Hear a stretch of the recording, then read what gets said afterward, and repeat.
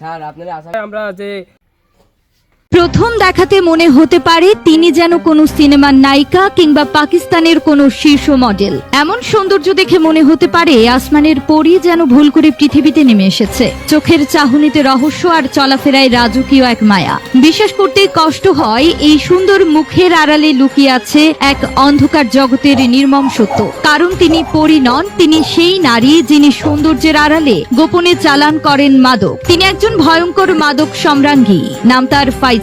স্বামী জুবায়ের একসময় ছিলেন সাধারণ গাড়ি চালক, এখন টেকনাফের সবচেয়ে কুখ্যাত মাদক ব্যবসায়ীদের একজন তিনি। সম্প্রতি গোপন সংবাদের ভিত্তিতে বিজিবি অভিযান চালায় জুবায়েরের আলিশান বাড়িতে। সেখানে উদ্ধার হয় 20,000 পিস ইয়াবা, নগদ 10,30,000 টাকা। স্যার আপনারা আসামিকে কিভাবে ধরলেন? এবং আরো নানা তো যে এভরিবয় সিং বলতে চাই আমরা যে পাকিস্তানের যে সুন্দরী রূপবতী আছে সেটা ধরলাম, কিন্তু ও তো রূপক গুণে বেশি সুন্দরী, পাকিস্তানের যে নেয়া আছে তার থেকে বেশি সুন্দর।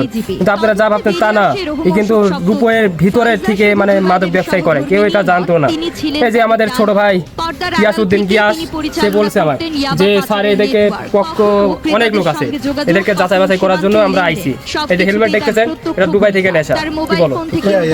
আর যাই বলেন এরকম সুন্দরী প্রেমে কেউ পড়ে না। বাণিজ্যের প্রমাণ, যা এক সুন্দর মুখের আড়ালে লুকিয়ে থাকা এক বিভীষিকাময় বাস্তবতার সাক্ষী বহন করছে।